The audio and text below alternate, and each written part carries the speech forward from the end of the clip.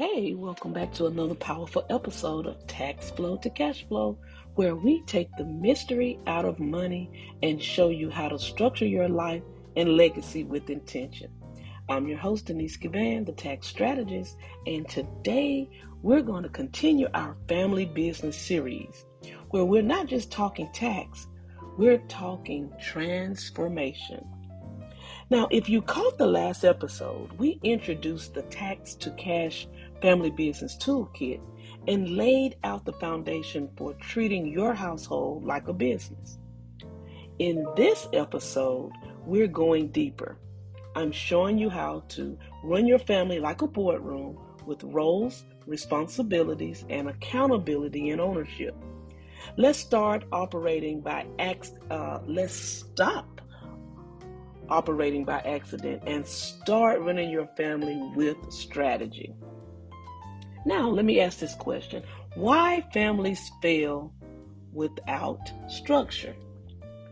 Here's the reality. Most families don't build wealth together, not because of the lack of love, but because the lack of leadership. Everyone's working hard, but no one's leading financially. Think about this. What company survives without leadership, without a CEO, without a vision? None. Yet we expect families to thrive financially without having financial conversations, shared accountability, job roles, and a plan for the future. Let me say this loud and clear. Your family needs a financial org chart. You need to be organized, not just in theory, but in writing. Whether it's just you and your partner, you and your kids, or a multi-generational household, every person has a role to play in the financial mission. Now build a family org chart, CEO, CFO, COO, and CMO roles. Let's break it down like a real business. Here's how to assign roles inside the family business system. Even if you're just starting out. Now the CEO, the Chief Executive Officer, the visionary, the decision maker, usually the founder or the one leading the financial vision. Set the goals, oversees strategy, thinks long term. This might be you, the tax smart, goal setting leader in your household. Now we have the CFO, the Chief Financial Officer, oversees the books, the budget, tax plan, and forecasting, manages the QuickBooks accounts or cash flow spreadsheet, schedules quarterly reviews, work with a tax strategist or CPA. Hello, me. This can be a partner or even a teenage child learning money management. Now you have the COO, the Chief Operating Officer. Makes sure systems are followed and responsibilities are handled, like paying bills, sending out reminders, tracking reoccurring subscriptions and auto drafts. In some families, this is the spouse with the most structure or discipline. Now we have the CMO, the Chief Marketing Officer, handles branding, marketing, or content if you have a family-run business. Manage the family's YouTube, the IG, or the newsletters. Helps with social media for the business. Create digital content and graphics. If you have teens who love TikTok, give them purpose and credit. These roles aren't about hierarchy. They are about honoring strengths and building accountability. You're creating ownership, and that builds generational wealth mindset.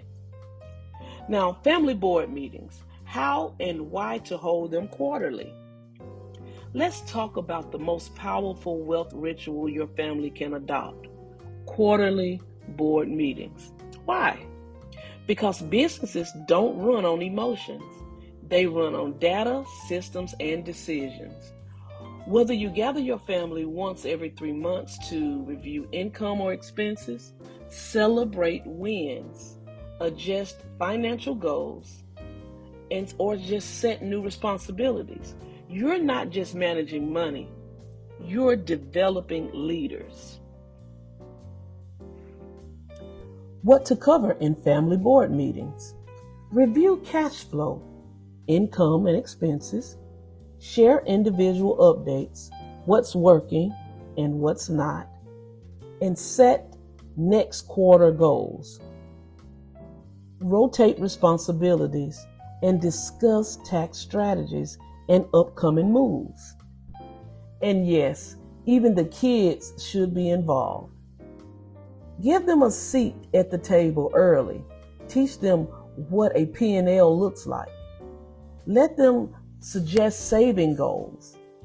This isn't just business. This is legacy education. Now let's talk about teaching ownership. So I would like for you to teach ownership, not entitlement. Let's land this plane with something important. Families that build wealth together don't pass down money. They pass down mindset, systems, and structure. If your kids never earn a paycheck, pay taxes, or make money decisions while you are alive, they're going to drown when the baton is passed. Instead of leaving them a bag, teach them how to manage the vault. This starts now. Assign roles, hold meetings, create structure, download the toolkit, and show them what leadership looks like from the inside. Now let's recap. Every family needs a financial org chart.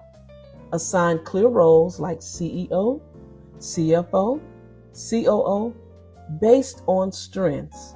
Hold quarterly family board meetings. Start building ownership mindset, not just income. Use tools like the Tax to Cash Family Business Toolkit to systemize this journey.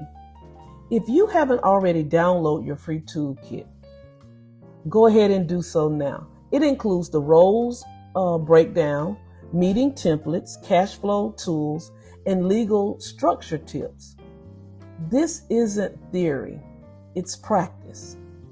You don't need to be perfect. You just need to start leading. I'm Denise Givan, the Tax Strategist, and this is Tax Flow to Cash Flow. Be sure to share this episode, leave a review, and tag me when your family holds its first board meeting. I look forward to hearing from you.